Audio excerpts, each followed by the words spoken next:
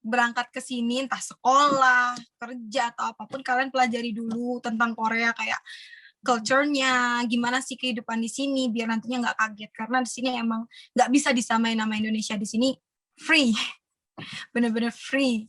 Mungkin kakak juga tahu kan, kalau selain kayak di Amerika juga pasti kan free banget gitu. Terus banyak juga aku yang lebih pesen ke anak-anak muda yang pengen kesini hanya untuk bisa kenal sama cowok Korea. Itu banyak banget, Kak. Aku udah, Kak, kenalin dong sama temennya cowok Korea gitu.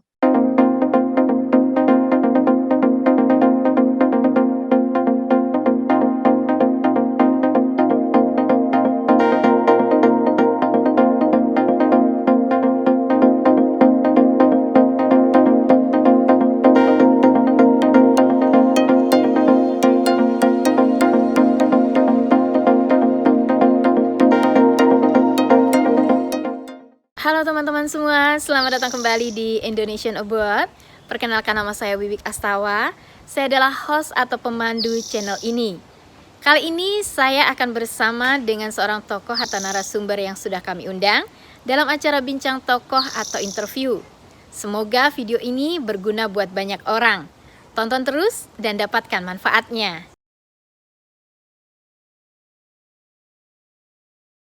Itu hidupnya nggak kayak cari-cari gitu. Aku kan suka cari-cari temen, nggak peduli umur kalau aku mah. Terus aku tanyain, kamu memang nggak pengen nikah? Ya pengen, cuma kalau belum ketemu orang yang tepat, daripada aku nanti di tengah jalannya ada apa-apa, terus itu kan sama buang-buang waktu gitu. Jadi dia kayak bener-bener mau cari orang yang tepat. Terus orang tuamu nggak ngejar-ngejar gitu. Enggak lah, karena aku hidup sendiri, aku bisa membiayai hidupku sendiri. Jadi orang tua udah nggak ikut campur tangan gitu, Kak. Jadi mereka merasa mereka udah bisa hidup sendiri, jadi aku ngurus hidupku sendiri, aku nggak butuh mereka, mereka nggak perlu ngurusin aku gitu. Bahkan di kehidupan pribadiku ya udah aku aja gitu. Itu juga yang bagus ya, karena kalau saking depresinya dengan omongan orang harus kawin cepet-cepet, entar malah salah pilih, Benar, efeknya benar. kan ke pribadi, kembali lagi bukan kembali ke orangnya yang ngomongin ya, jadinya ya. Benar, benar, Kak. Begitu itu bagus sih. Orang sini juga apa ya, lebih ke orang yang cuek gitu loh untuk masalah begitu.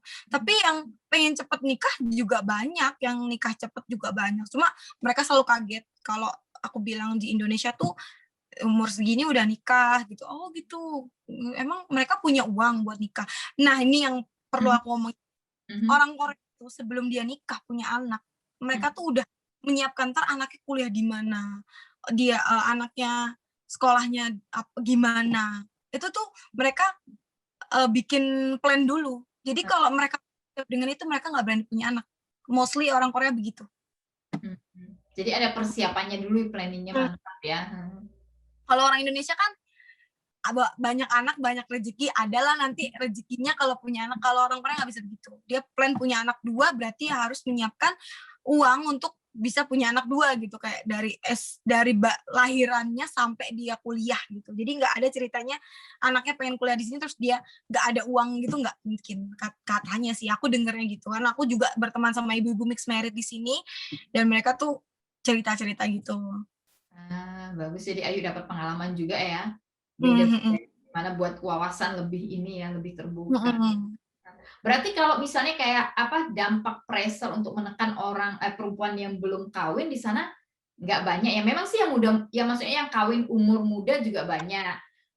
Yang maksud saya kalau yang membedakan dengan Indonesia kan biasanya kalau udah umur 30, 40, 50 itu kan sebenarnya pressure lingkungan yang banyak menekan orang kan. Kalau di sana gimana tuh, Yu? Mereka kan kebanyakan kalau udah kerja tuh mereka tinggal sendiri kan. Kalau di Indonesia kebanyakan kalau mereka belum nikah kan mereka tinggal sama orang tua tuh.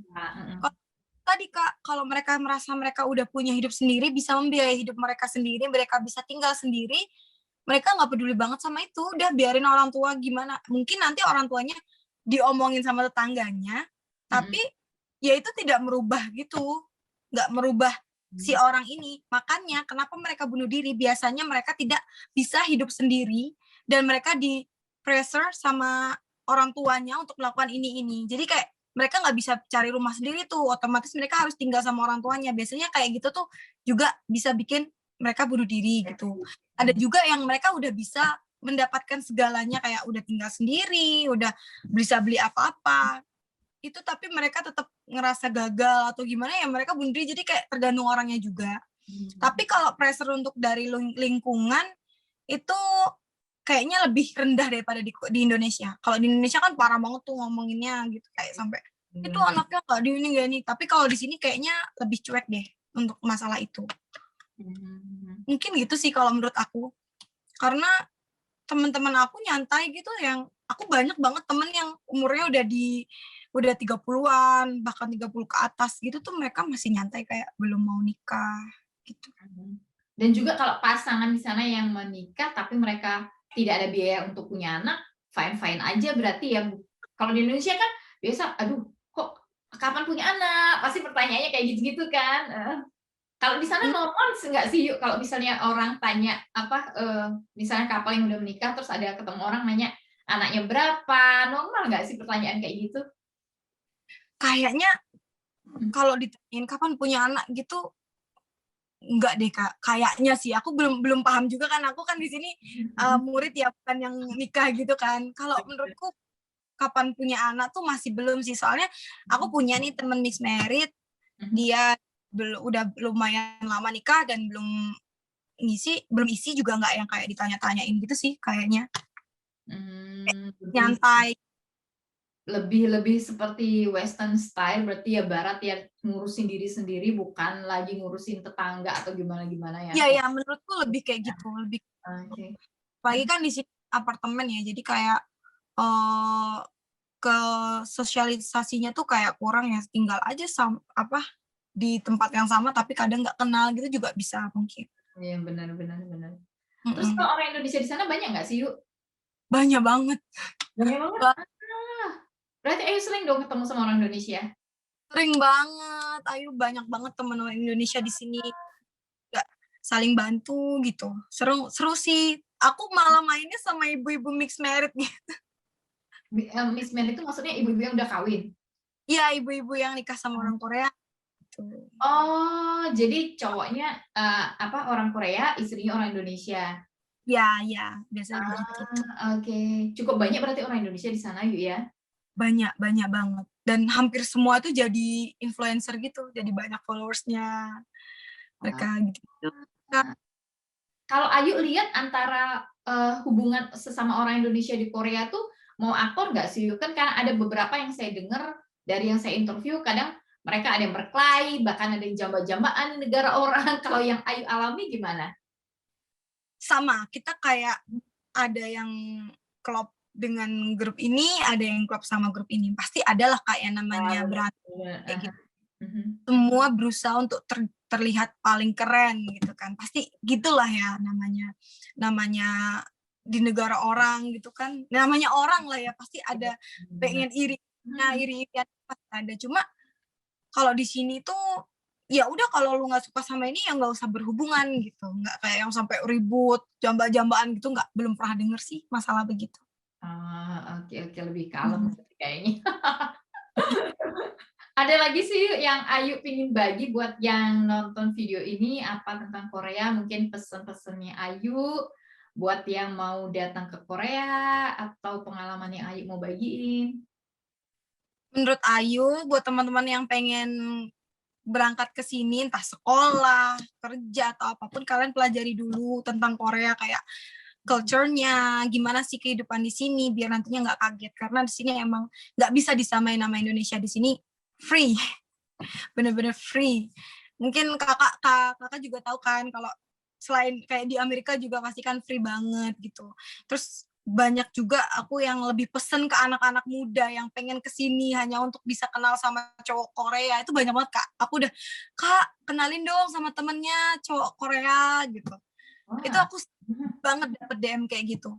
Dan sering banget sedihnya, aku sering banget dapet cerita mereka dibohongin sama cowok Korea gitu-gitu kan. Karena obsesi untuk punya cowok Korea. Karena di Indonesia tuh Kak ada pemikiran yang kalau lu punya cowok Korea, lu tuh keren gitu. Buat anak-anak K-popers, bahkan ada nama sebutan Oppa Hunter. Oppa itu kayak mas gitu, kayak opa gitu, kayak apa ya bahasa Indonesianya ya? Mas, Kak gitu, ya. mas mas Aha. deh, mas gitu kayak tapi imut gitu kan. Opa hunter mereka kayak bener-bener cari-cari cowok Korea untuk diajak pacaran online, terus di-upload di sosial media gitu-gitu.